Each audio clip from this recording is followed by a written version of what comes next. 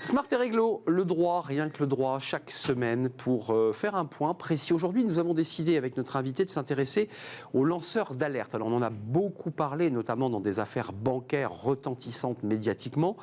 Comment traiter ces personnes qui dénoncent, comment vérifier l'information et puis comment protéger, lorsque l'information est avérée, comment protéger ces fameux lanceurs d'alerte.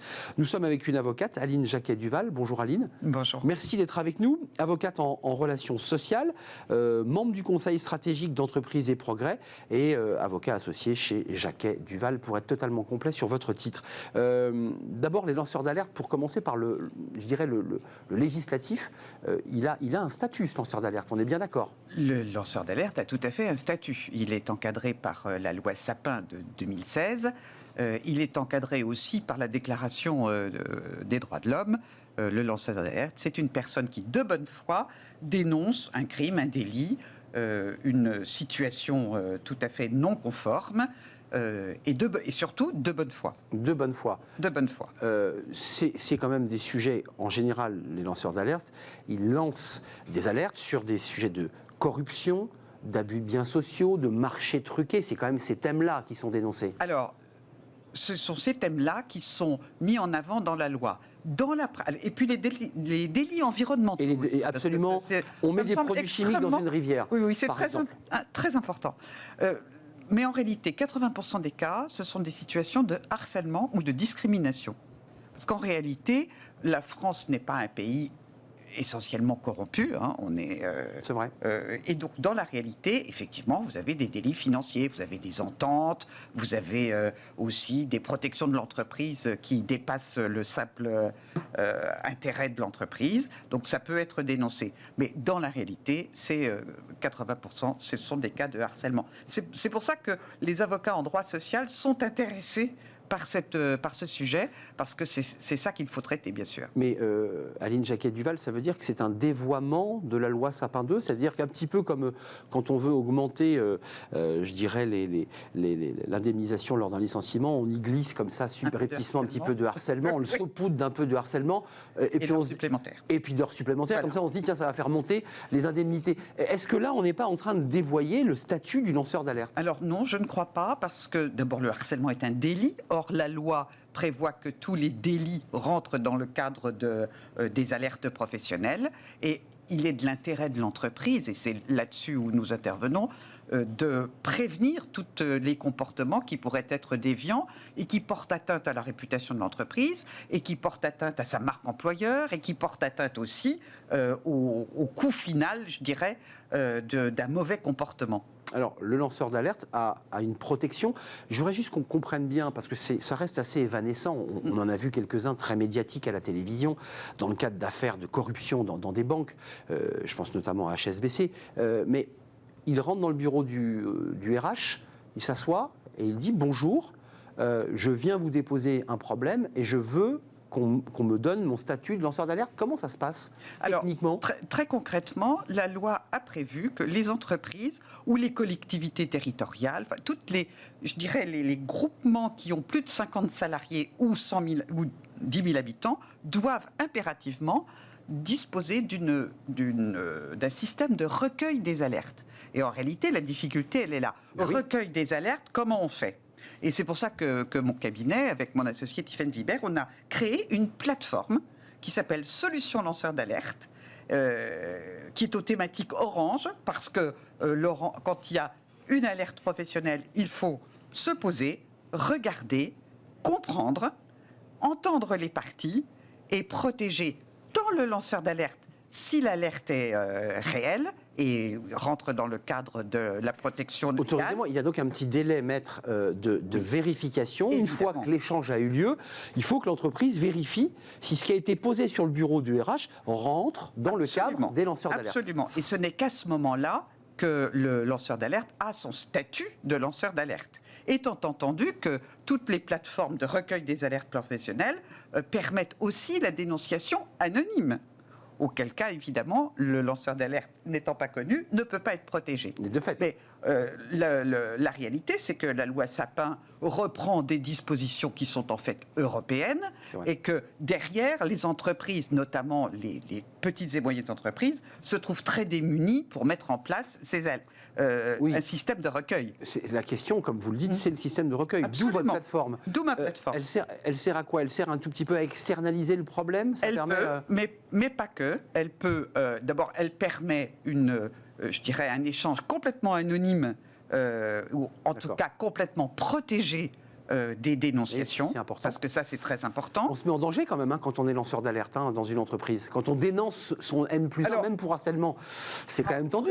Oui, c'est un peu tendu, mais en réalité, si l'entreprise est éthique, en réalité, tout ça se passe très bien. Oui, sauf que parfois, on voit dans certaines entreprises où le N+1 est protégé par le RH, on hésite, on traîne un peu des pieds, ça crée des... Non. Alors, on doit poser les choses, en fait. C'est-à-dire, dans une entreprise qui permet la bienveillance et qui permet l'éthique en entreprise, la dénonciation de bonne foi se fait relativement aisément. Quand je dis dénonciation, je dis, en fait, on soulève un problème.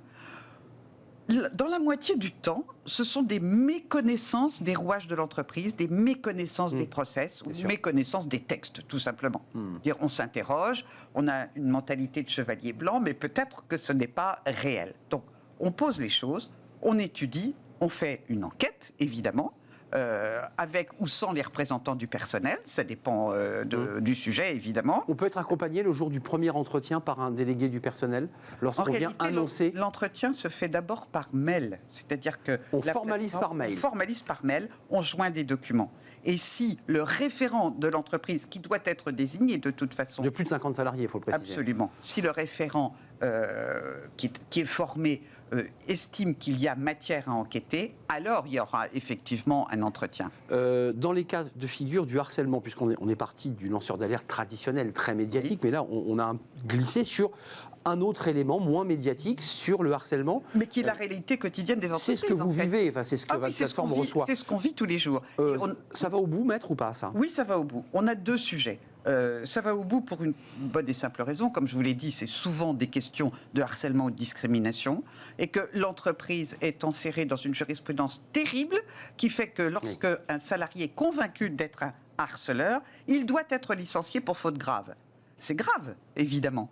Donc c'est grave d'être un harceleur, mais c'est grave aussi d'être licencié sans avoir exactement, et ça je le vois souvent, des preuves contre soi. Oui, ce que je veux dire, il faut quand même pouvoir le prouver, même si la personne est de bonne foi, celui qui reçoit le fait qu'il est considéré comme harceleur va immédiatement souvent dire « mais c'est pas vrai, amenez-moi la preuve contraire ». Absolument. Donc en fait, c'est pour ça que ça va rarement au bout. Non, ça va quand même au bout parce que d'abord nous sommes formés à faire des enquêtes. C'est un des nouveaux métiers des avocats, donc on fait des enquêtes qui sont approfondies. Enquête à l'américaine, vous avez des gens qui travaillent, qui font un travail de détective, excusez-moi d'être un peu concret. Oui, alors ça se passe sous forme d'entretien, effectivement. Il y a des preuves ou il n'y a pas de preuves, il y a des témoignages, la plupart du temps ça relève du témoignage. Bien sûr. Et ce n'est que lorsque le dossier est complet qu'on peut d'abord définir s'il y a une réalité pénale derrière les faits qui sont dénoncés, et ensuite on peut traiter les cas qui arrivent. Avant de nous quitter, le lanceur d'alerte bénéficie d'un statut de mémoire. Je me suis laissé dire qu'il pouvait être aussi accueilli dans un nouveau domicile, une nouvelle maison, au cas où il soit menacé. Oui, est-ce qu'on va jusque-là? Est-ce que ça existe? Écoutez, parce qu'il y a eu les repentis, globalement, c'est un peu des repentis. Ça, c'est un peu à l'américaine. C'est ça. Ça, c'est un peu à l'américaine. Non, j'ai pas vu... La loi n'organise pas la possibilité à un lanceur d'alerte de pouvoir être rémunéré aussi, pour le dire simplement, parce que quand on est lanceur d'alerte dans une entreprise et qu'on s'est parfois licencié, on se retrouve en situation totalement démunie. Alors, si on est un lanceur d'alerte licencié, le licenciement est nul. Et donc, vous devez être réintégré. Donc, réintégré. Oui. Donc, Pour le droit français, parce que je pense aujourd'hui, ce n'était pas le cas il y a quelques années avec les cas emblématiques que vous avez cités. Voilà, avant la loi Sapin. Avant la loi Sapin. Aujourd'hui, c'est beaucoup plus, je dirais, plus facile. Avant de nous quitter, combien de cas là vous avez sur votre plateforme? Est-ce que c'est quelque chose qui est en recrudescence, ces lanceurs d'alerte, autour des thématiques de harcèlement, puisque visiblement c'est le thème qui est porteur? Alors, ce qui est en recrudescence, c'est la nécessité et je dirais la prise de conscience des entreprises qu'elles doivent avoir un recueil d'alerte professionnelle, ce qui est très compliqué en France. Et un référent ou deux. Moi, je préconise toujours un référent. Double regard, un homme, une femme. Un financier, un RH, pour croiser un peu les choses. Et si les cas sont difficiles, évidemment, on intervient, nous, en support. Parce qu'il y a quand même un aspect très juridique à tout ça. Juridique et indépendamment des aspects humains. Oui, c'est ce que je voulais évoquer. C'est souvent des cas lourds. C'est la raison pour laquelle on dit solution lanceur d'alerte. C'est votre plateforme. C'est ma plateforme. Solution lanceur d'alerte. Absolument. Une plateforme. Allez donc sur Internet, ça sera à mon avis extrêmement facile à trouver et ça vous garantit un anonymat. Ça c'est très important. Ça garantit l'anonymat. On peut vider son sac. Oui, parce que si on ne traite pas le sujet, le lanceur d'alerte a le droit d'aller sur les réseaux sociaux, d'aller voir la presse. Exact. Et de balancer, comme on dit. Et de balancer. Et de ternir l'image de l'entreprise au passage. Absolument. Merci Aline Jacquet-Duval, avocate en relations sociales, qui est venue nous parler de cette plateforme très utile pour les entreprises. Vous l'aurez compris, soyez vigilants sur cette question des lanceurs d'alerte. Organisez-vous, entreprise, précisons-le, de plus de 50 salariés. Ou collectivité territoriale. Ou collectivité, bien sûr, et espace public. Merci d'avoir rejoint sur le plateau. On fait une courte pause, c'est le cercle RH, vous connaissez notre rendez-vous. Aujourd'hui, c'est un grand entretien avec Elisabeth Moreno, ministre déléguée à l'égalité femmes-hommes, à la diversité, à l'égalité des chances. On va parler de la loi Marie-Pierre Rixain. On va parler, bien sûr, de la place des femmes en entreprise, de la place des jeunes étudiantes aussi dans les formations, dans la tech, par exemple. On fait le point avec elle à travers le parcours d'ailleurs exemplaire de cette ministre. Elle est notre invitée aujourd'hui dans Smart Job. C'est juste après la pause.